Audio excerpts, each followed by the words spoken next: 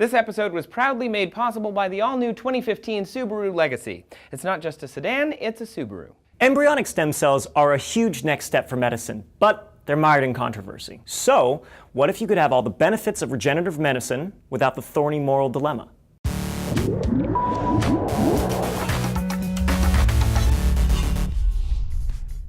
Hello science lovers, I'm Julian here for D-News. There's been a huge breakthrough in medicine this week. Induced pluripotent stem cells were used in the tissue transplant for the first time ever!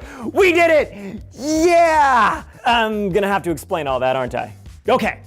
First, let's get everybody up to speed on stem cells. This is more important to you than you realize because you were at some point nothing more than 50 to 150 of them. You probably don't remember it was only 4 days after you were conceived. Now, what makes embryonic stem cells amazing is that they are pluripotent, meaning they can become almost any type of cell. This means they can be used to replace damaged tissue and may one day be an alternative to organ transplants. Now, this is huge. In the United States, an average of 79 people receive an organ transplant every day, but another 18 people die waiting for a transplant that'll never come. The 79 who do get a donor will have to take medication to prevent transplant rejection for the rest of their lives, but even then, the risk remains. The problem doesn't exist with embryonic stem cells, though. So, we can save thousands of people a year and improve the quality of life and lifespan of tens of thousands more. What's the problem here? Well, the only way to get pluripotent cells is from embryos, which are pre-people, or current people, depending on where you stand on the issue. Obviously, there's a heated controversy there, and I'm sure the comments will reflect that.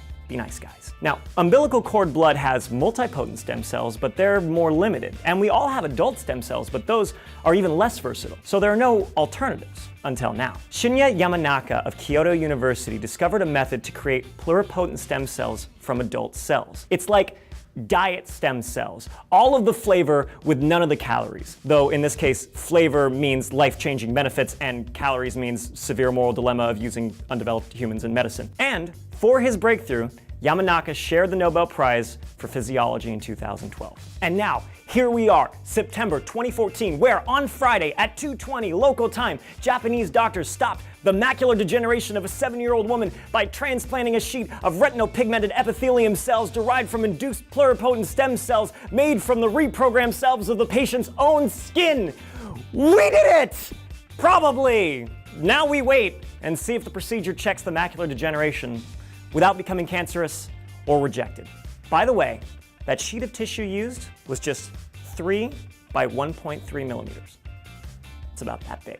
And what a huge step that is. If you'd like to learn more about how your eye works and why the macula is important to vision, check out this video. As a bonus, you can stare deep into Trace's dreamy, dreamy eyes. Can you think of any creative potential uses for induced pluripotent stem cells? Wolverine.